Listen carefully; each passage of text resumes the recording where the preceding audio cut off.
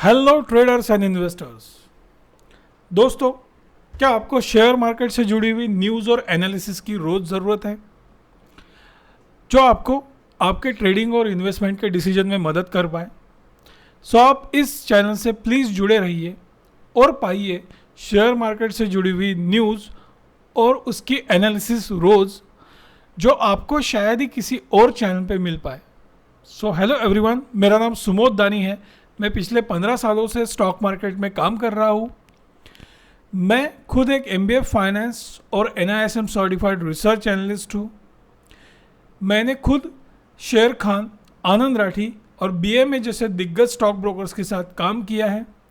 तो मैं आप सबसे रिक्वेस्ट कर रहा हूँ कि प्लीज़ आप इस चैनल को सब्सक्राइब कर लो और उस बेल आइकॉन को दबा दो ताकि आपको स्टॉक मार्केट से जुड़ी हुई ऐसी न्यूज़ और इन्फॉर्मेशन मिल पाए जो शायद ही आपको किसी और पोर्टल पे मिल पाए। So let's start our topic. आज का टॉपिक है हमारा कि निफ्टी कहाँ तक नीचे जाएगा और एक गिरावट कहाँ रुकेंगी। तो हम पहले निफ्टी के चार्ट को देखते हैं। दोस्तों, हम सबको पता है कि निफ्टी जो है अभी बियर मार्केट में है। ये जब से इसने जो टॉप बनाया था वो 19 अक्टूबर को टॉप बनाया था 18,600 से आज तक का इसका लो 17 जून तक का 15,183 रुपये। तो अगर हमें निफ्टी को टेक्निकल लैंग्वेज में समझना है तो अभी निफ्टी लोअर लो बनाती जा रही है। तो यहाँ पे आप देख सकते हो लोअर लो और यहाँ पे एक लोअर लो। तो ये लोअर लो दर्शा रहा है कि निफ्टी जो है वो बियर मार्केट में है। अब ये बियर मार्केट कहाँ तक चलेगा, ये कहाँ पे सपोर्ट लेगा, ये सब हम देखते हैं। लेकिन इसके पहले हम देखते हैं कि इसकी वजह क्या है। तो इसकी वजह है जो इन्फ्लेशन है वो। तो अगर आपने कुछ दिनों से देखा होगा तो US में 40 साल की सबसे ज़्यादा इन्फ्लेशन के रेट चल रहे हैं और मई में उनका इन्फ्लेशन का रेट था 8.6% का। जो CPI का कंज्यूमर प्राइस इंडेक्स का उनका आंकड़ा आया था वो 8.6 था, यानी 40 साल के हाईएस्ट इन्फ्लेशन पे अभी US चल रहा है। अब ये इन्फ्लेशन को टैकल करने के लिए वहाँ के फेडरल रिजर्व ने एक डिसीजन लिया था कि हम रेट हाइक करेंगे। 2020 में तो ना के बराबर ही वहाँ पे रेट थे और एकदम अचानक 2021 से लेके आज तक अगर आपने देखा तो अभी वो 1.58 है, 1.75 के ऊपर चला गया है। तो ये जो रेट हाइक हुआ है, ये रेट हाइक का डायरेक्ट इम्पैक्ट स्टॉक मार्केट के ऊपर पड़ रहा है। अब अगर हमें थोड़ा हिस्ट्री में देखना है तो हमें समझ में आएगा कि इसकी एक्चुअल वजह क्या है। तो इसकी एक्चुअल वजह है जो रशिया और यूक्रेन के बीच वॉर हुआ वो। अब रशिया और यूक्रेन के बीच वॉर 24 फरवरी को स्टार्ट हुआ। यहाँ पे आप देख सकते हो 24 फरवरी को रशिया और यूक्रेन के बीच वॉर स्टार्ट हुआ है। और मार्केट का रिएक्शन अगर आपने देखा तो यहाँ पे आप देख सकते हो कि 24 फरवरी को मार्केट ने एक गैप डाउन दिया था और एक लो बनाया था 16,203 का। और ये न्यूज़ पहले ही चालू हो गई थी 10-15 तारीख से कि यहाँ से रशिया और यूक्रेन के बीच वॉर हो सकता है। और 14 फरवरी को एक फिर से उसका आप गैप डाउन देख सकते हो। अब ये वॉर स्टार्ट हुई। वॉर स्टार्ट होने के बाद फिर अमेरिका ने कुछ बयान दिया, फिर यूरोपियन यूनियन ने बयान दिया, अपने इंडिया ने भी बयान दिया। कई होप के यहाँ पे सिग्नल दिखाई दे रहे थे, फिर कुछ नहीं हुआ। फिर से ये होप दिखाई दे रहा था, फिर भी यहाँ पे कुछ नहीं हुआ।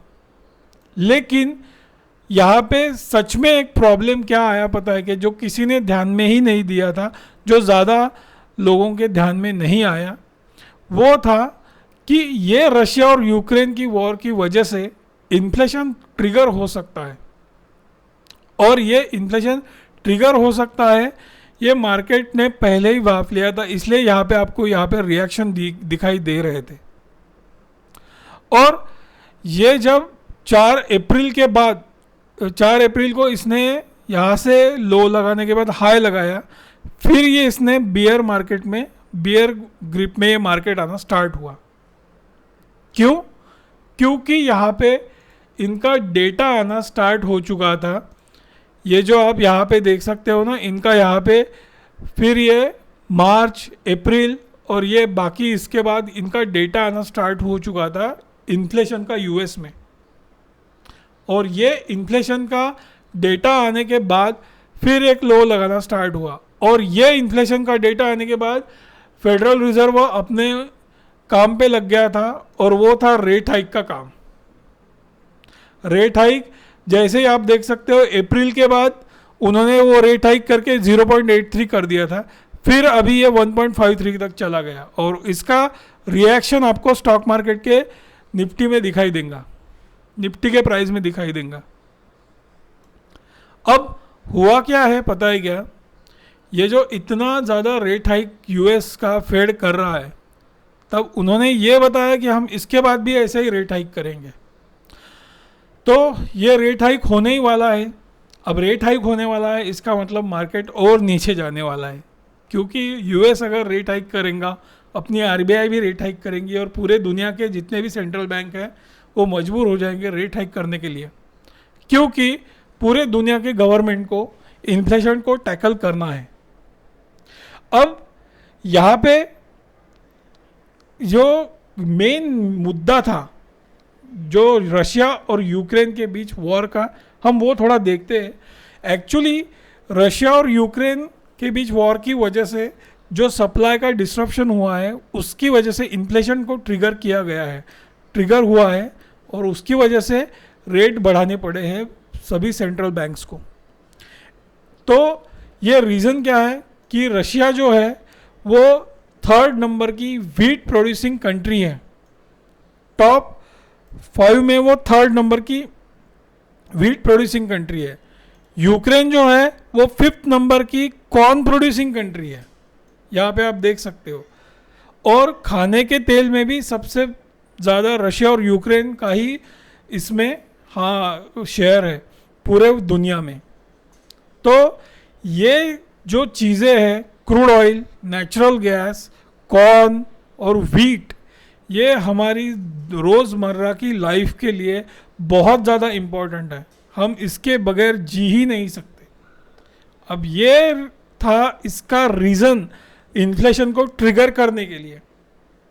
और एक रीज़न था कि यूएस ने जो इनके ऊपर, रशिया के ऊपर जो सैंक्शंस लगाए थे, वो सैंक्शंस, अब ये सैंक्शंस की वजह से रशिया को बहुत ज़्यादा एक्सपोर्ट के लिए प्रॉब्लम फेस करने पड़े।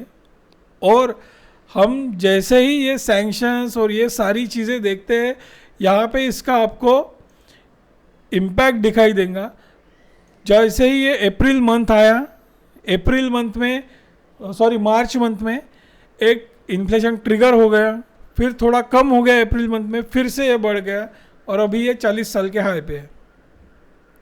तो रशिया और यूक्रेन का वॉर ये सारी चीज़ें करवा रहा है। अभी इसके बाद क्या होने वाला है? इसके बाद अपने आरबीआई रहो या फिर यूएस की फेड रहो, उन्होंने पहले ही अनाउंस कर दिया है कि हम रेट हाइक और भी करने वाले हैं आने वाले वक्त में। अब ये रेट हाइक होने वाली है, तो उसकी वजह से होगा क्या? उसकी वजह से मार्केट के ऊपर इसका रिएक्शन दिखाई देगा, और ये रिएक्शन कितना होगा तो वो रेट हाइक जितनी तय होंगी उससे वो तय होगा, क्योंकि जितनी ज़्यादा रेट हाइक होंगी उतनी ज़्यादा कंपनियों के अर्निंग्स में असर दिखाई देगा, क्योंकि जितना महंगा कर्जा उतना कम प्रॉफिट। ये एक सीधा सीधा हिसाब है। अब ये किसी सेक्टर के ऊपर अच्छा भी असर करता है, जैसे बैंकिंग सेक्टर के ऊपर ये अच्छा असर करता है, ठीक है। तो अगर आपने मोटा मोटी पकड़ लिया तो ये पूरे मार्केट के लिए तो निगेटिव है, लेकिन कुछ सेक्टर के लिए पॉजिटिव है। उसमें एक आग में घी का काम किया था यूएस डॉलर ने। आप यहाँ पे देख सकते हो यूएस डॉलर जो है वो अभी लाइफ टाइम हाई पे है। अब ये लाइफ टाइम हाई होने की वजह से अपने इंपोर्ट में इसका इम्पैक्ट हो रहा है निगेटिव। तो ये इंपोर्ट में जो निगेटिव असर हो रहा है तो उसको टैकल करने के लिए भी आरबीआई रेट बढ़ा रही है।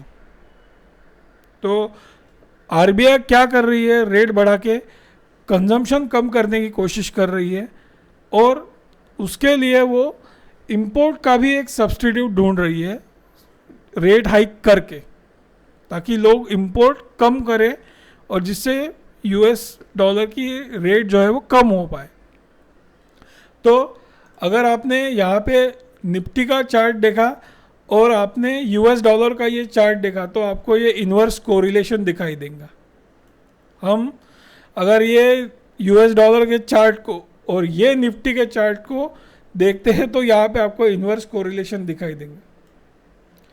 अब ये जो है ये कहाँ तक चलेगा बियर मार्केट, तो ये हम ढूंढने की अभी कोशिश करते हैं कि ये बियर मार्केट कहाँ तक चलेगा। देखिए, अगर हमें पूरा जो मार्केट है वो नॉर्मल सिचुएशन में आने में अभी वक्त लगने वाला है, क्योंकि जो डिसरप्शन यूक्रेन और रशिया की वॉर की वजह से हुआ वो डिसरप्शन कोई एक रात में या एक मंथ में तो ठीक होने वाला नहीं है, क्योंकि यूक्रेन का इंफ्रास्ट्रक्चर जो है वो रशिया ने अटैक करके डिस्ट्रॉय कर दिया है। दूसरी चीज़ है रशिया के ऊपर भी बहुत सारे सैंक्शंस लग चुके हैं, उनका भी वो सैंक्शन हटाना और वो बाकी चीज़ें नॉर्मलाइज होना उसमें भी अभी वक्त लगने वाला है। जो आरबीआई, यूएस फेड जैसे सेंट्रल बैंक्स ने रेट हाइक कर दिए हैं वो भी नॉर्मल मतलब नीचे लाने के लिए वो भी एक दिन या एक मंथ या कोई स्पेसिफिक ऐसा कम टाइम पीरियड का ये नहीं होगा जिसमें ये रेट कम करने वाले हैं।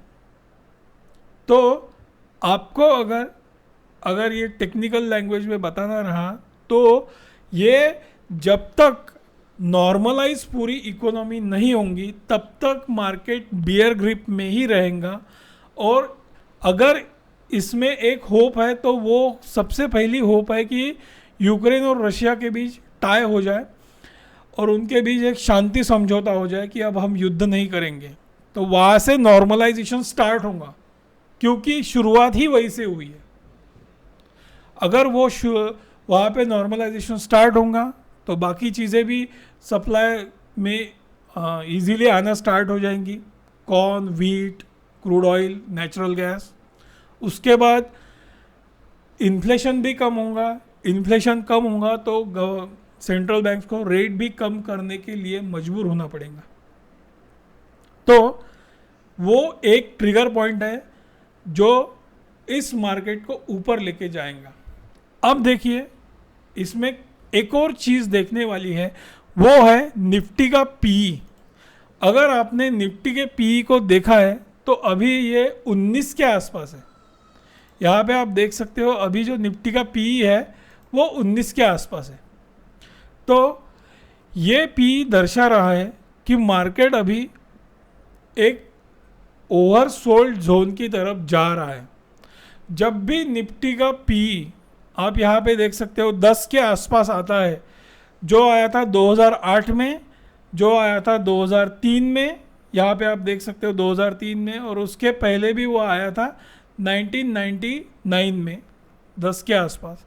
तो वो था गोल्डन पीरियड जब आपको निफ्टी में बाय करना था, और वैसा ही गोल्डन पीरियड अभी आने वाला है कुछ दिनों में, क्योंकि निफ्टी का पी नीचे ही जा रहा है और वो अभी 19 है।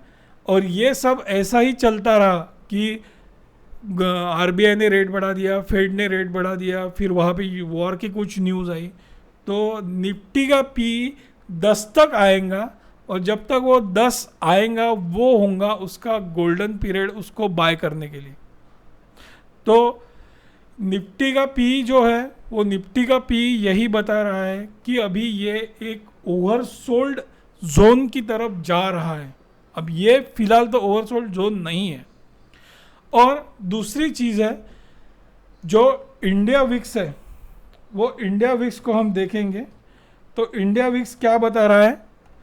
इंडिया विक्स बता रहा है एक अपसाइड जो हमने यहाँ पे देखा होगा 19 जुलाई को या फिर 2021 के ये सितंबर वगैरह में, ये था 13, 14, 15 के आसपास। और अभी है इंडिया विक्स 16 जून को गया था 28 का हाई मार के, ठीक है। और यहाँ पे 24 फरवरी को जब वो वॉर शुरू हुआ तब था 33.97 का हाई, 33.97 का इसने हाई लगा के आया। यहाँ पे आप देख सकते हो ये इसने 33.97 का हाई लगा के आया। अभी है 22। अगर निफ्टी का इंडिया विक्स के साथ कोरिलेशन किया जाए तो वो इन्वर्स कोरिलेशन है। तो अगर निफ्टी नीचे जाएगा तो इंडिया विक्स ऊपर जाएगा, तो ये इन्वर्सली कोरिलेटेड है। और ये अगर टेक्निकली देखा जाए तो निफ्टी अभी यहाँ से 22% के आसपास नीचे आ सकता है, और मोटा मोटी पकड़ लिया जाए तो 20% के आसपास। यानी निफ्टी एक 3000 पॉइंट से नीचे यहाँ पे जा सकता है और वहाँ पे वो बॉटम बना सकता है, ये करंट सिचुएशन के हिसाब से। क्यों? क्योंकि इंडिया विक्स बता रहा है कि यहाँ पे नीचे जाने के चांसेस है। तो हमें इंडिया विक्स 22 बता रहा है अभी, तो इंडिया विक्स जो है ये हमें एक सिग्नल दे रहा है कि ये 22% के आसपास नीचे जा सकता है। अगर आपने यहाँ पे देख लिया तो यहाँ पे 24 फरवरी को जो उसने क्लोजिंग दिया था 31%, तो हम वहाँ पे देखेंगे कि एक्चुअली में सच में निफ्टी 30% के आसपास 24 फरवरी से नीचे गया था क्या। तो 24 फरवरी को इसका ये था क्लोज 16,200, और उसका अगर हमने 30% पकड़ लिया तो 4,800 पॉइंट। तो 4,800 पॉइंट तो नहीं, लेकिन अभी ये यहाँ से ये जो इसने 24 फरवरी को लो बनाया है 16,200 से अभी 15,200 तक, यानी 1,000 पॉइंट का अभी गिरावट है। अब और 2,000 पॉइंट की गिरावट हम एक्सपेक्ट कर रहे हैं, लेकिन इंडिया विक्स जो फिलहाल है वो बता रहा है कि अभी और 3,000 पॉइंट नीचे जा सकता है। अगर इंडिया विक्स 22% बता रहा है तो 3,000 पॉइंट नीचे जाएगा। अब 3,000 पॉइंट अगर ये नीचे गया तो डेफिनेटली इसका जो पीई है वो 15 के नीचे आएगा। अगर 3,000 पॉइंट नीचे निफ्टी गया तो डेफिनेटली 15 और 10 के बीच इसका पीई रहेगा, और वो भी एक बहुत बढ़िया अपॉर्चुनिटी है बाय करने के लिए। तो अभी मेरे हिसाब से और 3,000 पॉइंट का इसमें गिरावट आ सकती है, यानी निफ्टी 12,000 या 12,500 के आसपास आ सकता है। तो वो उसका अभी शॉर्ट टर्म के लिए एक बॉटम हो सकता है। अगर पूरी इकोनॉमिक सिचुएशन जैसे की वैसी रही तो हम वहाँ पे एक ओवरसोल्ड जोन देख सकते हैं। मैंने इस वीडियो में आपको ये सारी चीज़ें डेटा के बेसिस पे ही बताने की कोशिश की है। तो इसमें टेक्निकल एनालिसिस कुछ भी नहीं था। जो मुझे इन्फ्लेशन का डेटा, बाकी चीज़ों का डेटा जो दिखाई दे रहा था, मैंने उसी के ऊपर ये सब बताया है। इसमें टेक्निकल एनालिसिस कुछ भी नहीं था। तो अगर आपको बाय करना है ना, तो आपको अभी ट्रांचेस में बाय करना है, यानी एक अपने पैसों को डिवाइड करके ही बाय करना है। आपको 12,500 तक वेट करना है, तभी आप इसमें पैसा लगा सकते हो। और अगर ये निफ्टी का पी यहाँ पे जैसे अभी जो 19 चालू है, तो निफ्टी का पी अगर 15 के आसपास आ गया तो वो एक बहुत बढ़िया चांस है आप उसमें एक स्पेसिफिक अमाउंट ही उसमें लगा सकते हो, लेकिन वो भी ट्रांचेस में, एक स्पेसिफिक पार्ट में। तो मुझे ऐसा लग रहा है कि यहाँ से निफ्टी जो है वो 12,500 तक जा सकता है। तो हम देखते हैं आने वाले समय में क्या होता है। तो आप प्लीज़ मार्केट के गिरावट के लिए तैयार रहो, क्योंकि आने वाला सिचुएशन ऐसा, अभी फ़िलहाल का डेटा आने वाली सिचुएशन की इंडिकेशन दे रहा है। तो ये अगर ऐसा हुआ, निफ्टी और नीचे गया, तो वो एक गोल्डन अपॉर्चुनिटी हो सकती है। So thank you very much for watching this video. Have a nice day.